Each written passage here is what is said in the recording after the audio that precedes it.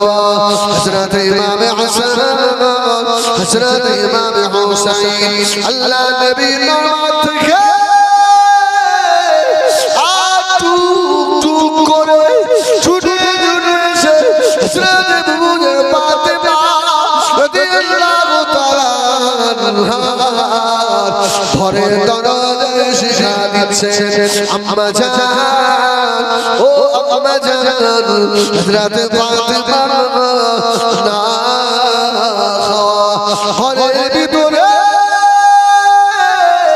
পড়ে রয়েছে বাবা হযরত ফাতিমা খাতুন জান্নাত অনেক করে দরওয়াজা খুলে দিলেন দরওয়াজা খুলে দিলেন দুই বাবা এসে হযরত ফাতিমাকে জড়িয়ে ধরেছে আম্মা জান আপনি বারণ করেছিলেন আপনি নিষেধ করেছিলেন তথাপিও আমরা গিয়েছিলাম আমার নানা জানের বাড়িতে নানা জান আমাদের মালা দিয়ে তাড়িয়ে দিয়েছে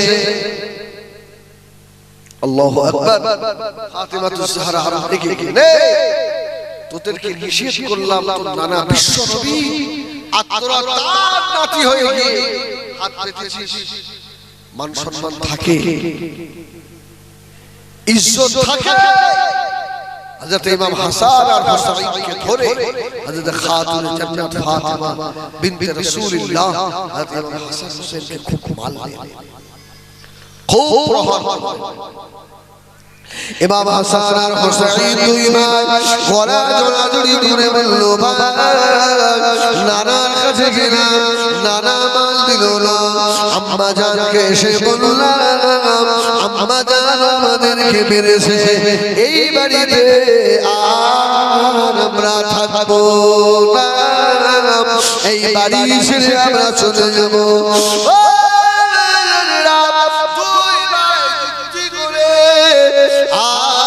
হযরত ফাতিমা ঘর থেকে বার হয়ে মদিনা শরীফের পাহাড়ে ধার দিয়ে আর কাঁদতে কাঁদতে চলে যাচ্ছে আজকে পাও দুঃখ বুঝলো না নানা জানো দুঃখ বুঝলেন না কাঁদতে কাঁদতে আর হাঁটার মতো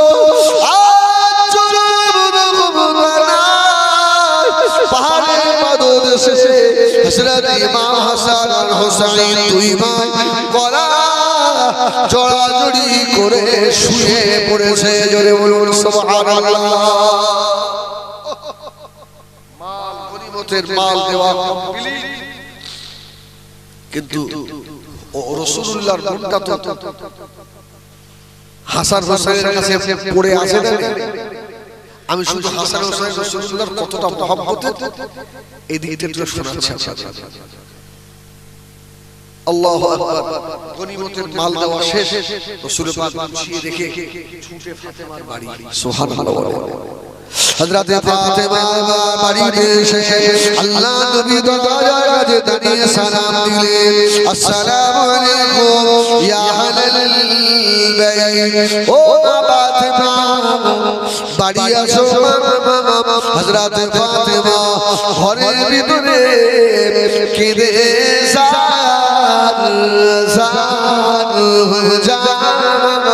আয় আল্লাহ আমার স্বামী শেরে খোদা গরিব মানুষ কোথাও কাজ হলো না কয়েকদিন আমার বাচ্চা দুটো না খাওয়া আমার আব্বা জানের কাছে গেছিল আমার আব্বা রাসূলুল্লাহ তাড়িয়ে দিয়েছে বার করে দিয়েছে আমার বেটা দুটো এসে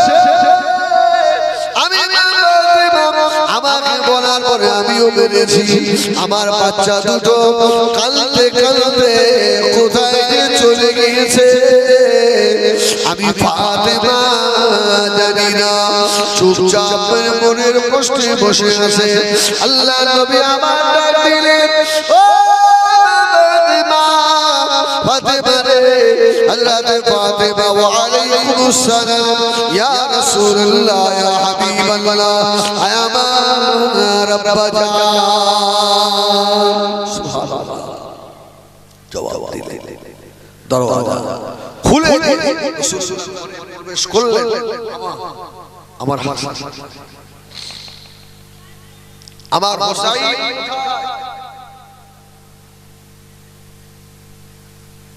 আমার হাসান হোসাইন কোথায় হযরত ফাতেমা জাজ্জার করে কেঁদে ফেললেন ইয়া রাসূলুল্লাহ ইয়া হাবিবাল্লাহ আমার দুই বেটা আপনার কাছে গেছিল আপনি তাড়িয়ে দিয়েছেন আমি আমার কাছে এসে বলেছে আমি ওদেরকে প্রহার করেছি আমার আব্বা রাসূলুল্লাহর মাথা হেঁট হয়ে গেল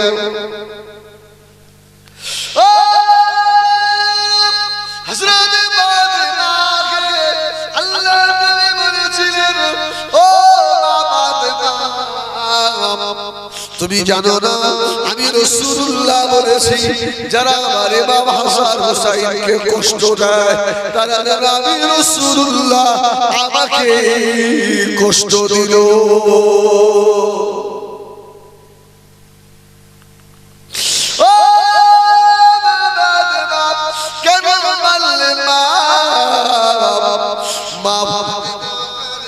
আল্লাহ নবী ঘর থেকে বার হলেন ও বাবা আমার দুই লাল মদিনার কোন রাস্তা ধরে কোন দিকে চলে গিয়েছে একটু আমাকে বলবে মা হযরত ফাতেমা বললেন ও আম্মা জান আমি জানি না আমি বলতে পারবো না ইমাম হাসান হোসাইন কোন দিকে চলে গিয়েছে নবী আমার দিন দুনিয়ার বাদশা জনাব মুহাম্মদুর রাসূলুল্লাহ সাল্লাল্লাহু আলাইহি ওয়াসাল্লাম আল্লাহ নবী রাস্তা ধরে হেঁটে যাচ্ছে ইমাম হাসান হোসাইনকে আল্লাহ নবী কতটা ভালোবাসতেন রাস্তা দিয়ে আল্লাহ নবী আর একা একা ছিলেন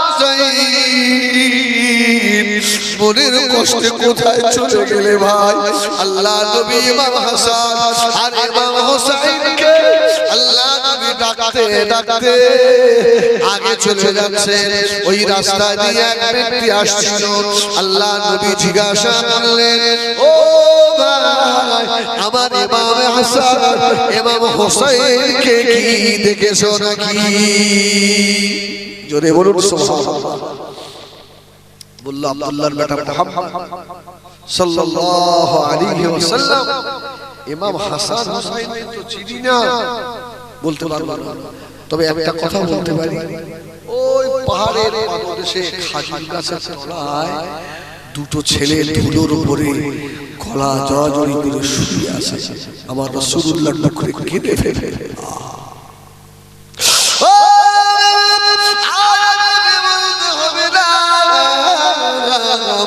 আমার ইমাম হাসান আর হোসাইন ছাড়া কেউ নয় আল্লাহ নবী ছুটে ছুটে গিয়ে দেখে ওই খাজুর গাছের নিচে পাহাড়ের পাদদেশে দুই ভাই গলা জড়াজড়ি করে এক ভাইয়ের জিহ্বা আর এক ভাইয়ের মুখের মধ্যে এক ভাইয়ের ঠোঁট কোনো কেদামে লেগেছে আর এক ভাইয়ের ঠোঁটের মধ্যে দিয়ে রেখেছে বাবা আল্লাহ দাঁড়িয়ে দাঁড়িয়ে অজগরনে সার সার হয়ে কাঁদতে লাগলেন পিছন দিকে দাঁড়িয়ে নবী আমার শুধু একবার ডাক দিয়েছিলেন নানু ভাই যেই না ডাক দেওয়া হযরত ইমাম দুইজন টুকরে কেটে ফেলেছে আর নানু বলে ডাকবেন না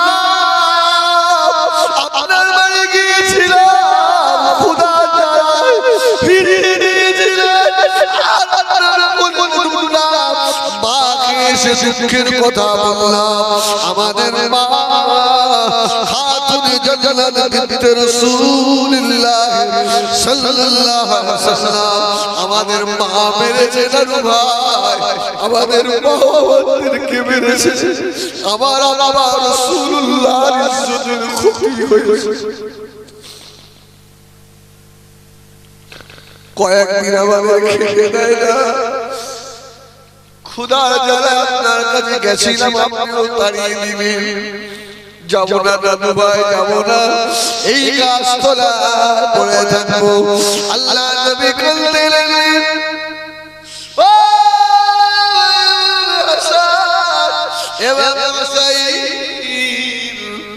কেন না ভাই, আমারও অনেক কষ্ট হয়, এসো আমার কোলে এসো।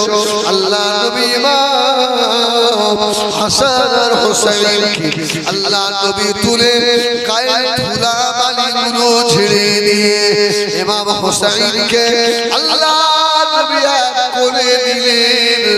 ইমাম হোসেন বলে, ও নানু ভাই, পানির পিপাসায় কলিজাটা ফেটে যাচ্ছে। আল্লাহ নবী ইমাম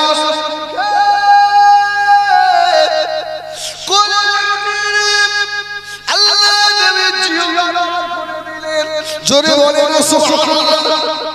বিশ্ব নবীর জিহবা, আল্লাহ নবীর জিহবাটা বার করে দিয়ে বললেন, ভাই ইমাম হাসান, ভাই ইমাম হুসাইন, যদি পানির বড় কষ্ট হয়, যদি পিপাসা লাগে, তোমার নানা মুহাম্মদুর রাসূলুল্লাহ সাল্লাল্লাহু আলাইহি সাল্লামের জিহবাটা চুষে না।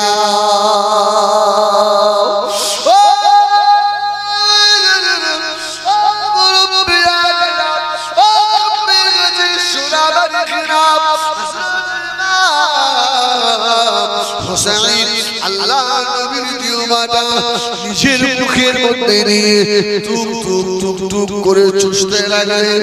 ইমাম হোসেন বলেন, আল্লাহর কসম করে বলি, আমার নানা মুহাম্মদুর রাসূলুল্লাহর জিহ্বায় এত বরকত, আমি ইমাম হোসেনের পানির পিপাসা জনমের মতো মিটে গিয়েছে। জোরে বলে না সুবহানাল্লাহ। সোনালিকেরা নবী আমাদের দুনিয়ার বাদশা জনাব মুহাম্মদুর রাসূলুল্লাহ সাল্লাল্লাহু আলাইহি ওয়াসাল্লাম ইমাম হাসানকে আল্লাহ নবী জিহ্বা চুষিয়েছিলেন। সুবহানাল্লাহ। তথাপি হক মেরেছে, এই হক মেরেছে, এত মহব্বতের তারা, তাও রাসূলুল্লাহ সাল্লাল্লাহু আলাইহি ওয়াসাল্লাম ওদেরকে গনিমতের মাল দিলেন। তোমাদের জন্য এটা নয়, দোয়া শুধু কারবালা বাদী ইমাম হোসাইনের শাহাদাত তা নয়, আল্লাহ নবী ইন্তেকালের আগে আল্লাহ নবী কাউকে কি খলিফা ঘোষণা করে গেছিল নাকি? গিয়েছিল? তবে রাসূল ইঙ্গিত দিয়ে গেছেন। সুবহানাল্লাহ। রাসূলুল্লাহ জীবিত থাকায়, জীবিত অবস্থায় আবু বকর মদিনার মসজিদে ইমামতি করেছিল না করে? সুবহানাল্লাহ বলে। এই তো রাসূলের ইঙ্গিত যে আমার খলিফা কে হবে? আবু বকর। আরে এই ঝামেলা তো অনেক আগে থেকে, আরে সবটা করেছে কারা? মুসলমান ভাই। এরা মুনাফিক। কি মুসলমান? মুনাফিক। এই কাফেরের থেকেও মুনাফিক কারা? কাফের কি আর মুনাফিক তার থেকেও বেশি। রাসূলুল্লাহ ইন্তেকাল হয়েছে, রাসূলের লাশ কখনো দাফন হয়নি। এই যে মুনাফিক মক্কার মুহাজির আর মদিনার আনসারীদের ভিতরে ঝামেলা বাঁধিয়ে দিয়েছে। জানেন, আমি তো এতক্ষণ শুধু ইমাম হোসাইনের রাসূলুল্লাহর মহব্বতের কথা বললাম, এবার মেন জায়গা ধরছি, যতদূর যাই যাবে। তারপর আমার ভাই, হ্যাঁ পিতাদা ভাই আছে, উনি আবার ধরবেন। আলহামদুলিল্লাহ। সত্যি আমি এখনো স্বীকার করছি, এতগুলো মিডিয়া রয়েছে, আমি কি বলছি আমার মাথায় কিছু নেই, আমার মনটা কিন্তু আজকে ওই দিকে তাজা ছেলে। এই দেখ রাসূল পাক সাল্লাল্লাহু আলাইহি ওয়াসাল্লাম ইন্তেকাল হলো কিবা,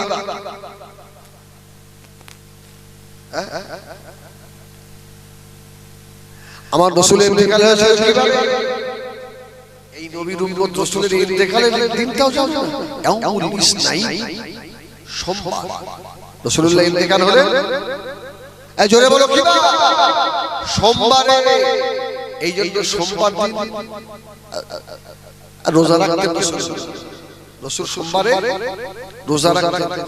যদি কেউ ব্যবসা শুরু করেন সোমবার থেকে শুরু করবেন, আল্লাহ ব্যবসা বরকত দেবে।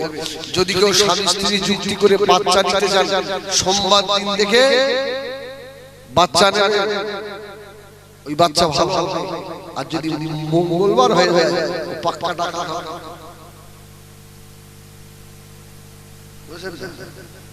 অনেক কথা। রাসূল সোমবারে ইন্তেকাল হলেন, হুজুরের দাফন হচ্ছে বুধবার। আমার বাবাজি ঠিকই বলেছেন, রাসূলের দাফন হচ্ছে কিবা বুধবার। এই যে রাসূলের পাকের ইন্তেকাল হলেন, সাহাবীরা তো অস্থির না। আবু বকর পাগল হয়ে যাচ্ছে, ওমর তলোয়ার নিয়ে, উসমান গনি বোবা হয়ে গেছে, আলী তো দোলায় পড়ে আর গোড়াগড়ি খাচ্ছে, ইয়া রাসূলুল্লাহ ইয়া রাসূলুল্লাহ। মদিনার বাচ্চারা পায়ের স্তনে মুখ দেওয়া বন্ধ করে দিয়েছে, সুবহানাল্লাহ। মানে উর্দুয়া গুলো সব হাসে না, চোখ দিয়ে টপ করে পানি পড়ছে, আমার রাসূল দুনিয়ায় নেই। এই রকম একটা অবস্থায় মদিনার একজন মানুষ ছিল, নাম হলো আব্দুল্লাহ ইবনে উবাই ইবনে সুলুল। বাকায়দা দাড়ি, বাকায়দা টুপি, আমার নবী পাকের পিছনে নামাজ পড়তেন। এই নবীর পিছনে নামাজ পড়া মানুষ, একবার দরুদ শরীফ আল্লাহ।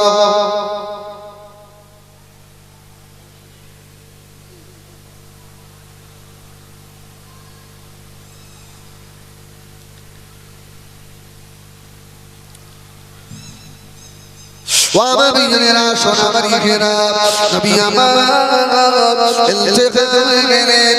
এই মদিনার মানুষ নাম হলো আব্দুল্লাহ ইবনে উবাই ইবনে সুলুল, মক্কাবাসীদের কাছে চলে গেল। মক্কার মানুষদের বলল, এ মক্কার মুহাজিরেরা, নবী আমার ইন্তেকাল হয়ে গিয়েছে, আল্লাহ নবীর উপরে তোমাদের হক বেশি, তোমরা কিন্তু খলিফা হবে। এই কেন বলছে তুমি? আরে নবী তো মক্কায় রাসূলের জন্ম, হ্যাঁ নবী দ্বীনের খাতিরে মক্কা থেকে মদিনায় গিয়েছে, তোমাদের হক বেশি নয়? রাসূল যখন ইন্তেকাল হয়ে গেছে তোমরা খলিফা হবে মক্কাবাসী। মক্কার লোকেরা বলে ঠিক ঠিক, নবী তো আমাদের দেশে নবী জন্ম নিয়েছেন, হ্যাঁ আমাদের দেশে কাবা ঘর, আমরা খলিফা হব। বদমাইশ ওখানে লাগিয়ে দিয়ে মদিনার যারা আনসারী এদের কাছে এসে বলছে, এই তোমরা খলিফা হবে। চিন্তা করে এরকম মানুষ সমাজে আসে না, আসে না। এরা আব্দুল্লাহ ইবনে উবাই রাসূলের লাশ কখনো দাফন হয়নি, ও ওখানে কুল লাগিয়ে দিয়ে এখানে এসে বলছে, এই মদিনার আনসারীরা তোমরা খলিফা হবে। কেন? আল্লাহ নবী মক্কা যত নিয়েছে বটে, মক্কার মানুষেরা আল্লাহ নবীকে মক্কায় থাকতে দিল না। মক্কার মানুষেরা মেরে তাড়িয়ে দিয়েছে, আল্লাহর হুকুমে নবী আমার মদিনা চলে এসেছে। এ মদিনার আনসারীরা, তোমরা আমার নবীর সাহাবীদের এত সাহায্য করেছো, জমি জায়গা দিয়ে দিয়েছো, বিবি পর্যন্ত দিয়ে দিয়েছো, অতএব তোমরা হকদার, তোমরা খলিফা হবে।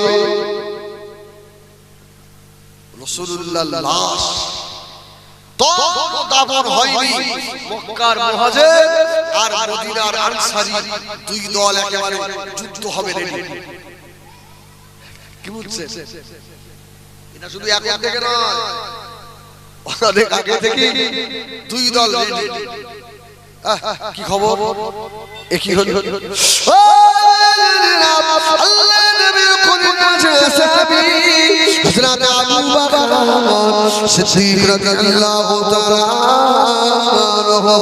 হযরত আবু বকর বলেছিলেন এ মক্কার মুহাজিরিনা এই মদিনার আনসারীরা তোমরা আমার রাসূলুল্লাহকে এখনো আমার নবী পাকের লাশ মুবারক দাফন হলো না তোমরা এখনই খলিফার পদ নিয়ে ঝামেলা করছো বাবা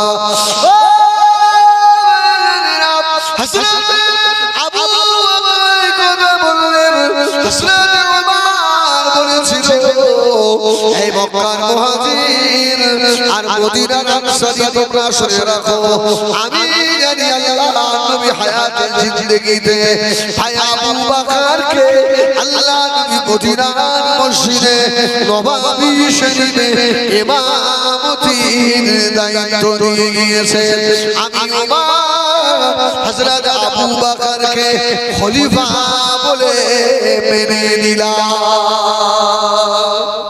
জোরে বলুন সুবহানাল্লাহ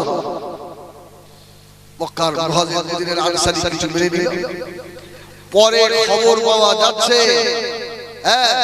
এই মদিনার আনসারীদের কাছে আর মক্কার মুহাজিরিনের কাছে এই দাড়িওয়ালা টাটিওয়ালা দুঃখী শয়তান আব্দুল্লাহ ইবনে উবাই ইবনে সুলুল দুই জায়গায় গিয়ে দুই দিকের মানুষদের দুই রকম লাগিয়ে দিয়ে একটা যুদ্ধের জায়গায় তো তৈরি করে আমার ভাইয়েরা সোনা মানিকেরা হযরত আবু বকর খলিফা বলে হযরত আবু বকর সিদ্দিক রাদিয়াল্লাহু তাআলা আনহু 2 বছর কয়েক মাস খেলাফত চালালেন হযরত আবু বকর ইন্তেকালের আগে হযরত আবু বকর খলিফা ঠিক করে গেছিল না যাই জানেন না ও হযরত আবু বকর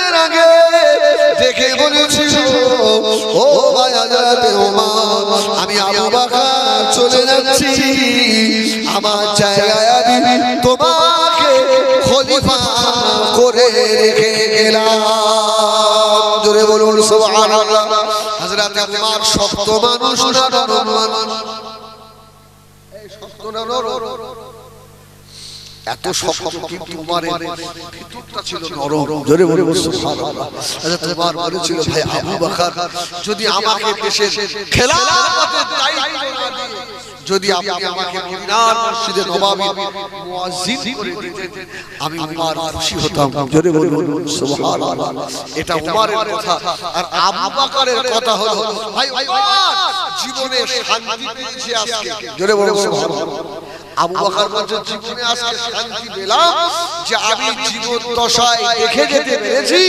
যে একটা ভালো মানুষকে আমি খেলাফতের আসনে বসিয়ে রেখে চলে যাচ্ছি জোরে বলুন সুবহানাল্লাহ দুইজন সাহাবীর কথা দুই ধরনের ওমর বলছে খলিফা না হয়ে যদি মুয়াজ্জিন হতাম আর আবু বকর বলছে তোর মতো ভালো মানুষকে দিয়ে আমি শান্তি পেয়েছি জোরে বলুন সুবহানাল্লাহ সুবহানাল্লাহ হযরত ওমর রাদিয়াল্লাহু তাআলা খলিফা এখন উমর কি অন্যায় বরদাস্ত মেনে নেবে আরে ওমর কি শহীদ হলো রাসূলের চারজন খলিফা আবু বকর ওমর উসমান আর কে নাম বলো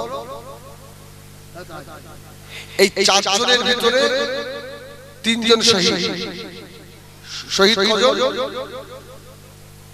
উমর শহীদ উসমান শহীদ আলী শহীদ আবু বকর শহীদ নয় আবু বকর শহীদ নয় উমর এত হাদি মানুষ অন্যায় কোনোদিন বরদাস্ত করতেন না আরে রাস্তা দিয়ে একজন আসছে তার হাতে মদের বোতল কিসের বোতল মদ হয়তো ওমর দেখতে আর হযরত ওমরকে দেখে ওই মদের বোতলটা লুকাচ্ছে কিন্তু আমিরুল মুমিনিনের চোখ দেখে এখন উমরও আগিয়ে আসছে, ও আস্তে আস্তে আগিয়ে আসছে। মনে মনে হচ্ছে খোদা উমর দেখে ফেলে দেয়, আর উমর যদি বলে তো ব্যাগে কি আছে, আর যদি শরাব এই তো আমার আল্লাহু আকবার, একদম উমর ওই শরাব সামনে সামনে হয়ে উমর বলছে ব্যাগের মধ্যে এই কি খাচ্ছিস? বলছে হুজুর কিছু না, দুধ দুধ হুজুর দুধ। সুবহানাল্লাহ বলে ওর মনের ভিতরে মদখরের মনের ভিতরে আল্লাহর ভয়, হযরত উমরের ভয় এসে গিয়েছে। আল্লাহ দরবারে হাও হাও করে কাঁদছে, আর মনে মনে বলছে আল্লাহ ও রব্বুল আলামিন, হযরত উমর যদি আমার মদের বোতল ভেঙে ফেলে দেয়, আমাকে শিরশ্ছেদ করে দেবে আল্লাহ। আল্লাহ আমি জীবনে আর মদ খাবো না আল্লাহ। আল্লাহ তুমি আমাকে ক্ষেত্রে বাঁচিয়ে দাও। ও আমিনা সেই উমর বলল তোর বোতলে কি? ওর মুক্তি বার হয়ে গেল, আমার বদলই দুধ।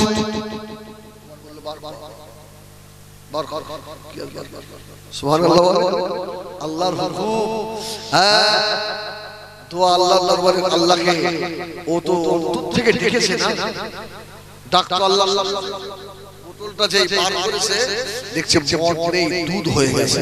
জোরে বলো মদ আর নাই, কি হয়ে গেছে? দুধ।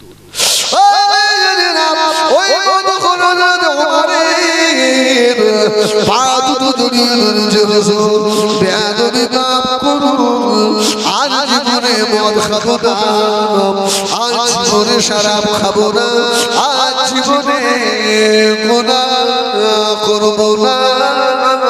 সব ঘটনা খুলে বললেন ও আমার মেয়েরা, হযরত উমর এমন মানুষ, হযরত উমরের সিদ্ধান্তে আল্লাহর সিদ্ধান্ত হয়। সুবহানাল্লাহ, বহু ক্ষেত্রে উমর যে সিদ্ধান্ত নিয়েছে, আল্লাহ উমরের কথায় কোরআন শরীফের আয়াত নাযিল করে দিয়েছে। আমার উমর যা বলেছে আমি আল্লাহ আমার একমত। জোরে বলুন সুবহানাল্লাহ।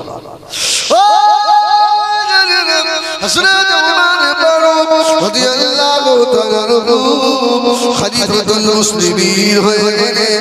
হযরত উমর অন্যায় কোনদিন বরদাস্ত করেন না, আর মুনাফিকেরা শয়তানেরা হযরত উমরকে না দমালে তো ওদের কাজ হাসিল হয় না।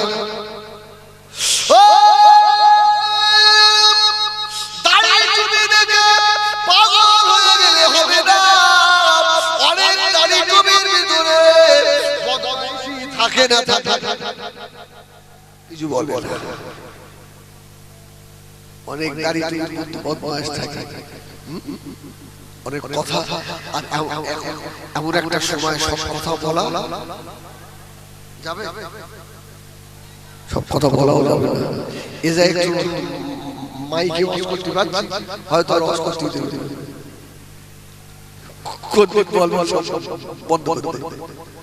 আল্লাহ হযরত উমরকে ওরা শহীদ করলো কারা? দাড়ি কাটা না, তাদের মুখে দাড়ি ছিল বাবা, তারা নামাজি বা খায় না, বড় জামা গায়ে দিয়ে মদিনার মসজিদে নববী শরীফের ইমামে উমর ও আমিনেরা নামাজের সময় হয়ে গেল। হযরত উমর মদিনার মসজিদের মিম্বরে গিয়ে দাঁড়িয়েছে, ইকামত শুরু হয়ে গেল। হযরত নামাজ শুরু করে দিয়েছে। আল্লাহু আকবার, সুবহানাল্লাহ ওয়া বিহামদিহি, আউযু বিল্লাহি আলহামদুলিল্লাহি রাব্বিল আলামিন আর-রাহমানির রহিম মালিকি ইয়াউমিদ্দিন। সুবহানাল্লাহ।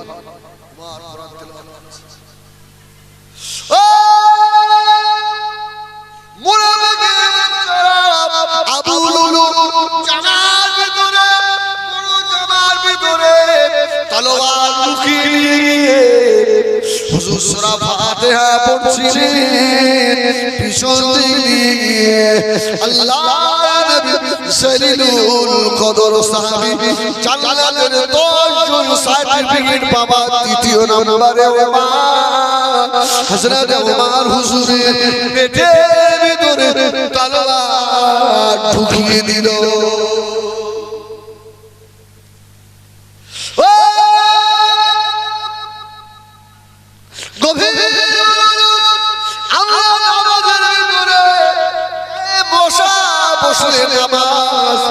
ছুটে যায় বাবা, কোন আওয়াজ হলে নামাজের দোয়া কালাম আমরা ভুলে যাই বাবা। হযরত ওমর আল্লাহর সঙ্গে নামাজের ভিতরে এমন প্রেম করতেন, পেটের ভিতরে ছুরা ঢুকিয়ে নিয়েছে। হযরত ওমর পেটটাকে চেপে ধরে ফেললেন। মুনাফিকেরা মদিনার মসজিদে নববী শরীফ থেকে পার হয়ে যাবে তলোয়ার ঘোরাতে লাগলে আল্লাহ নবীর সাহাবীরা কচু কাটা হয়ে গেছিল। মদিনার মসজিদে নববী শরীফে রক্তের স্রোত বয়ে গেল। হযরত ওমর নামাজ ছাড়লেন না, বাম হাত দিয়ে নারী বুড়ি পার হয়ে যাচ্ছে চেপে ধরে আস্তে আস্তে পিছনে এসে পিছনের সাহাবীদের হাত ধরে হযরত ওমর ইমামতির জায়গায় দাঁড় করিয়ে নিয়েছে। দুদিনের নামাজি অহংকার দেখাও, দুদিনের হাজি অহংকার দেখাও, দুদিনের মৌলভী সাহেব অহংকার দেখাও, কিসের নামাজ আল্লাহকে দেখাও। হযরত ওমরের মতো নামাজ আল্লাহ তুই কি দেখাতে পারিস? ওই অবস্থায় মদিনার মসজিদে নামাজ আদায় করলেন। হযরত ওমর শুয়ে পড়েছে, আর কথা বলতে পারে না গো।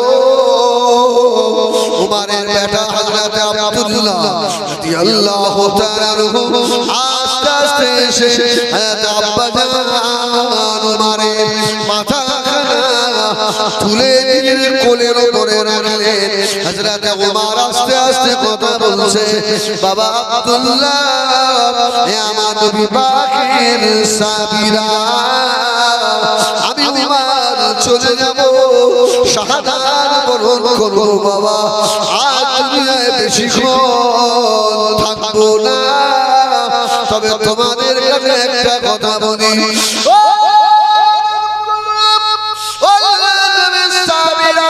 জীবনের বড় আশা আম্মা জান হযরত আয়েশা সিদ্দিকা রাদিয়াল্লাহু তাআলা হুজরা শরীফে আল্লাহর নবী শুয়ে আছেন, আল্লাহর নবীর পাশে হযরত আবু বকর শুয়ে রয়েছে। আমি ওমরের জীবনের বড় আশা আল্লাহ নবীর পাশে যদি আমার একটু শোয়ার জায়গা হয়,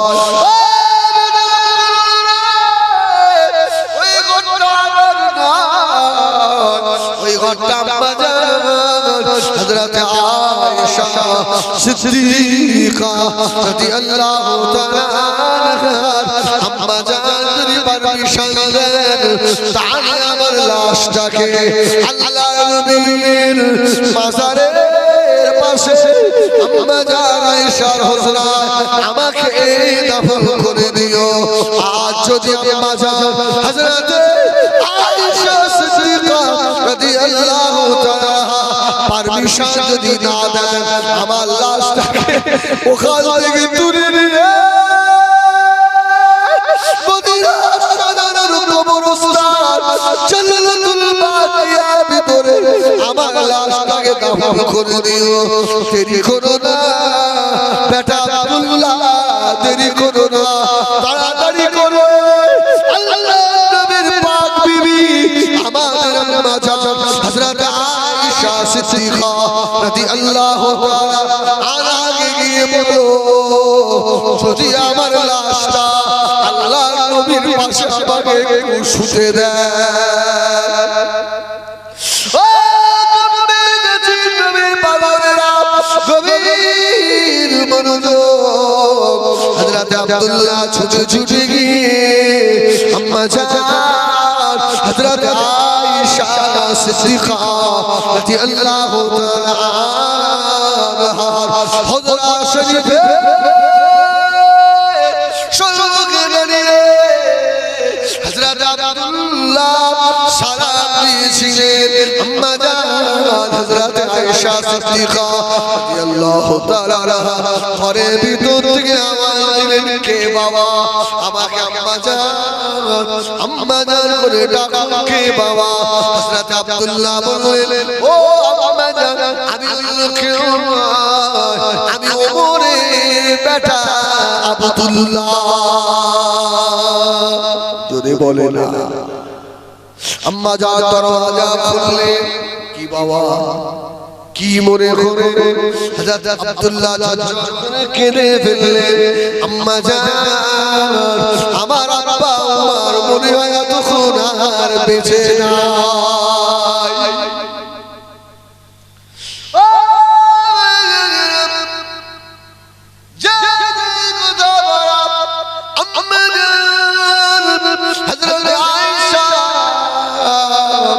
অসহায় কেঁদে ফেললেন, কি কথা শোনালে আমার, কি কথা বললে আমার বাবা আব্দুল্লাহ, কি করে বললো তোমারকে কে মানলো বাবা? সব ঘটনা খুলে বললেন। আমার আব্বা নামাজ পড়াচ্ছিল, আবু লুলু এসে মেরে দিয়েছে। আম্মা জান পাগলের মতো কাঁদতে লাগলেন, বেটা আব্দুল্লাহ রে, উমার চলে যাওয়াতে ইসলামের বড় ক্ষতি হয়ে গেল।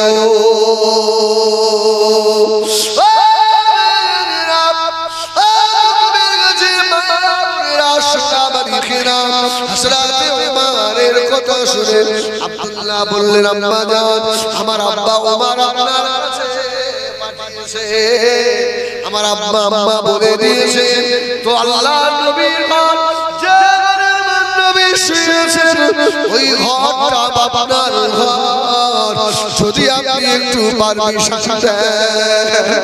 আমার আব্বার মনের বড় আশা আল্লাহর নবীর পাশে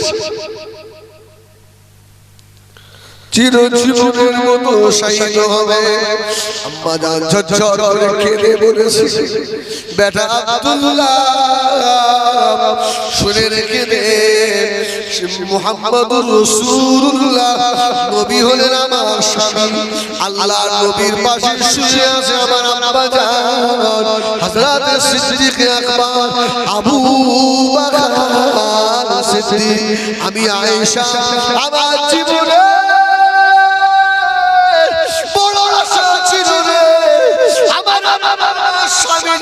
শুয়ে আছে, আমি আয়েশা ওই ঘরের ভিতরে আমি শোবো চিরজনমের মতো আল্লাহর নবীর পাশে শুয়ে।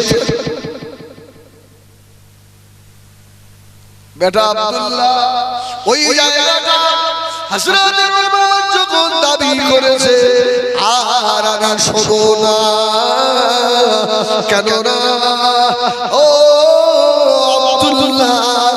ইসলামের জন্য, আল্লাহর কোরআনের জন্য, কলেমার জন্য, দ্বীনের জন্য আমি আয়েশা থেকে হযরত ওমরের অবদান অনেক বেশি। জোরে বলুন সুবহানাল্লাহ। আমি আয়েশার জায়গাটা হযরত ওমরের জন্য আল্লাহর রাস্তায় দান করে দিলাম। হয় না? একটু জোরে বলো না।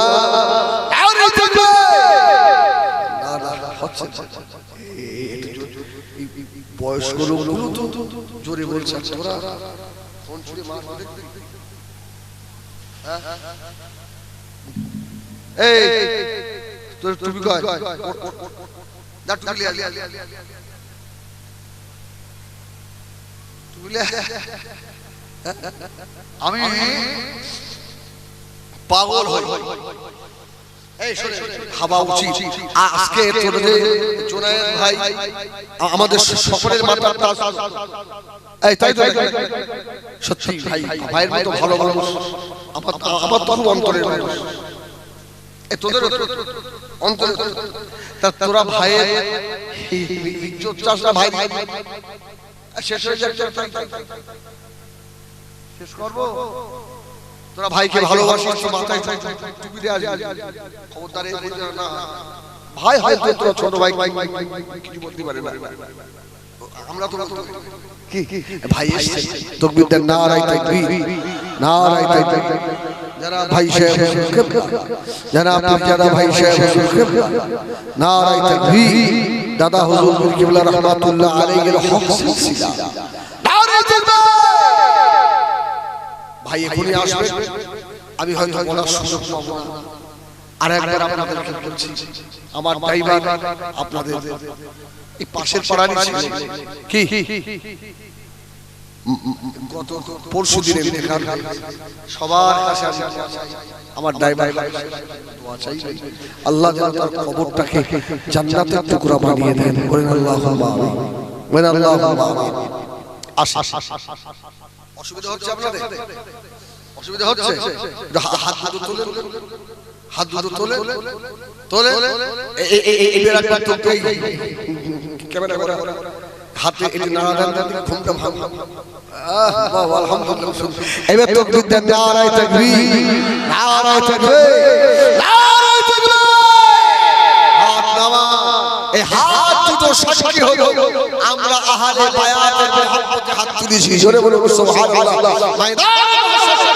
হাত দুটো বলবে আল্লাহ এরা আপনার আহলে বায়াতকে ভালোবাসে আমি হাত সাক্ষী জোরে বলে আলহামদুলিল্লাহ হযরত ওমর ফারুক রাদিয়াল্লাহু তাআলা আনহু হুজুরের বেটা হযরত আব্দুল্লাহ ছুটে ছুটে চলে এলেন হযরত ওমর যখন শহীদ হবেন হুজুরের চুলগুলো বড় বড় ছিল হযরত ওমর আচ্ছা ওমর জান্নাতি না জাহান্নামী জোরে বলেন সুবহানাল্লাহ হযরত ওমর জান্নাতে সার্টিফিকেট পাওয়া মানুষ ওমর বলছে বেটা আব্দুল্লাহ এই কথাটা শুধু মাথায় রাখেন কদিনের নামাজি কদিনের রোজাদার কদিনের হাজী কদিনের হুজুর আমাদের মনে এত অহংকার হযরত ওমরের শেষ সময় মুখে দুধ দেওয়া হচ্ছে ও কোন কোন রিওয়ায়াতে পানি দেওয়া হচ্ছে কালের দুই বাটি গড়িয়ে গড়িয়ে পড়ে যাচ্ছে হযরত ওমর বললেন বাবা